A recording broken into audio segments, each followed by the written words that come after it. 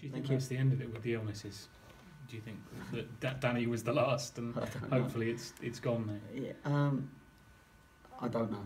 Who knows? You know what I mean? It's like we've had the training ground deep cleaned. We've had people that are checking all the bacteria and stuff that may or may not be here.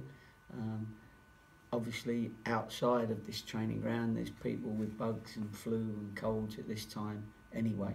You know, and the more people that get it, of course, our boys that have got families, Danny included, you know, where the kids are at school, that's their sort of problem areas, if you like, when the kid comes back from school and cuddles daddy and kisses him, and next thing he knows, he's got the bug that the little one's got, sort of thing, you know. So that can be a problem to the fathers of our group. But anyway, we just got to get through it, and you know, every time we pick up a problem, we got to make sure that we got enough in reserve, you know, enough of a squad to make sure that we've still got a competitive team. You mentioned continuity there. How much of your team now is picking a team for suiting an opposition or suiting your game plan, your strengths, your first wish for this team? That's a good question. It's your best question ever on your last day. Well done. No, it is. And good luck to you, by the way, for the future. Well, it is a good question for the simple reason that sometimes you have to wait a little while longer throughout the week, because there's little knocks, there's little injuries when you've played Saturday, Tuesday, Saturday. You'd like to work with a group and keep working with them. Obviously, if you're winning, the team's easy to pick. If you're losing, and when you pick that team, you pick the team to win the game with the tactic that you've played, and they've obviously come up trumps because they've won the game, and then it's quite easy. Again, sometimes there's some that can play 3 games in a week, and there's some that can't. So we have to be aware of that. All I'll say is that we're aware of all the players' strengths and weaknesses, fitnesses, natural fitness. Some have to work harder than others. But generally, I like to keep a little bit of continuity and have people work and do well in training and in the games to get into the first team. You can't swan around in training and swan around in a game, a reserve game or a friendly that we arrange, and expect to be picked in the team. So those people know that they've got to work hard to get themselves in the team when a spot comes up. People like James Dayton and Chapman sort of came in from a bit from nowhere Tuesday night, first games in quite a while. You obviously got people like Carl Storer and Asa Hall as well who are jumping at the bit. Is the temptation to throw one of them in because they will be that extra bit keen to prove something? Well, of course, yeah. But as a manager, you have to make your decisions. Your teams will never get tested in your head. You know, like the people that have in their head is only my teams or my staff's teams, because we all talk about it. Get tested. Everyone else can have an opinion in hindsight, but what I can tell you is that every team we pick is for the benefit of the football club. We believe at that time, and then by the end of the season, it's proved whether you've been right or wrong. Have you targeted a number of wins, a number of points from these last 15 games in sort of a block? No, we haven't. You know that you've got to get. I mean, people say 50 points, but that's when there's 3 teams going down generally.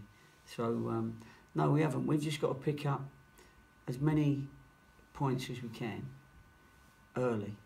15 games to go, a lot of points to play for.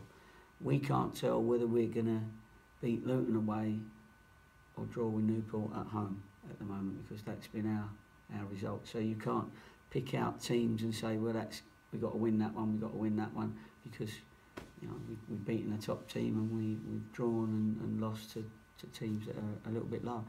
I think the teams at the bottom there are pretty much of a muchness. They're all likely to get a result somewhere, like Leyton Orient did this week. and they're all likely to get beat by somebody around them. The big games, of course, are the games when you play the teams that are around you and they become 6 pointers. You're not involved in a 6 pointer this weekend, but it is Notts County Orient.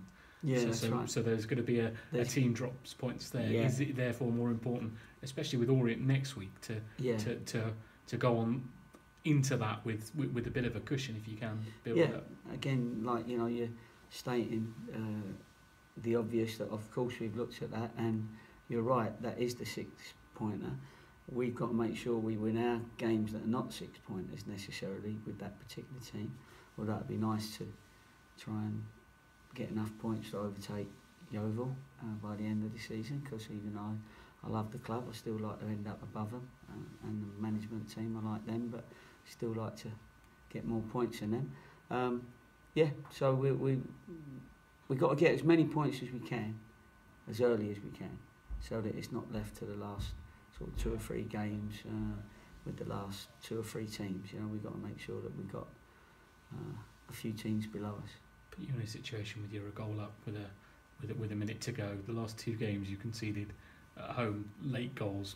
What will the message be? What will the instruction from the touchline be? Or can you try and sort of stop something like that from happening? Well, listen, if there was a surefire way, then nobody would ever score in the last minutes.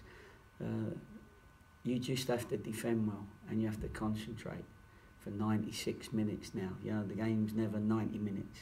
It's always 96. And if you look through the leagues at how many goals are scored in a 90-odd minute, and it's when you're only a goal up, which is why I always say you've got to try and be 2 up, because 95th minute and you're 2-0 up, the opposition are demoralised. They're not going to get 2 goals. 1 up, and they throw everything at you, like we did at Stevenage. And we should have got something back. We had an opportunity at Notts County right at the last minute when we headed over the bar, when we should have done better. This week we had Dan Ullman when Brownie came up, because it was the 96th minute, 95th minute. Unbelievably, their goalie punched it to him. He headed it at Dan Ullman, and normally Dan Ullman would have chested it and volleyed it in. He had plenty of time, plenty of room.